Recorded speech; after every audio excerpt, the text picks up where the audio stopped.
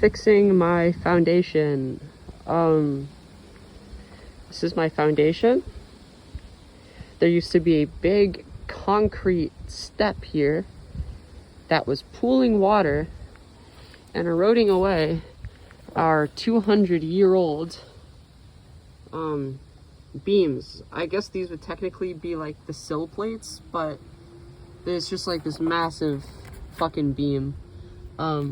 Very rotted.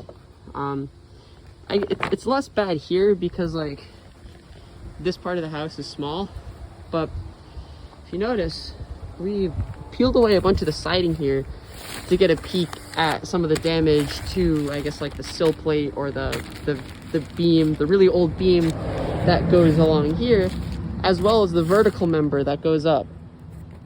And well, let me show you what that looks like. So we come in here. So if you're looking at it from the side, right? I imagine the Lowe's wraps here, comes around the corner and then wraps that. But like from the side, looks totally fine. This beam is totally intact. This vertical beam is also totally intact. But when you look at it from the side, that's when you start getting all wacky, you know? So imagine the concrete step was like right here. Right? These are the flagstone foundations. Those are those like big slabs you saw outside. These are the 200-year-old wood beams, right? So there's a lot of concrete here. The water would pool up here and it totally rotted away this beam. There's nothing connecting that beam and that beam. Totally rotted away.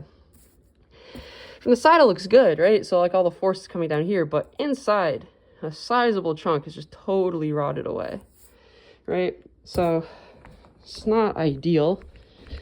Shit's been here for 200 years, so it's still standing, but let me come down here and show you what it looks like from the inside.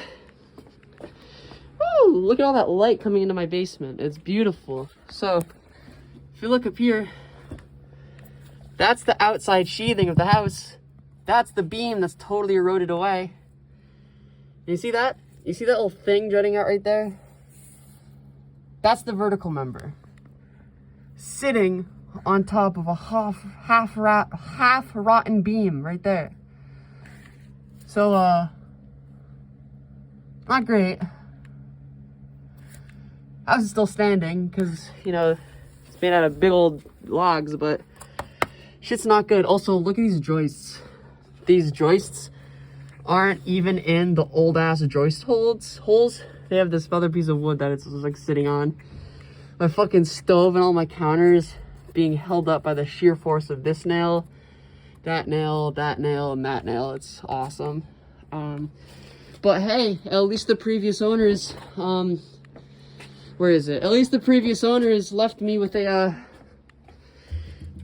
gas line and a gas shutoff valve that this HVAC tubing is hanging on.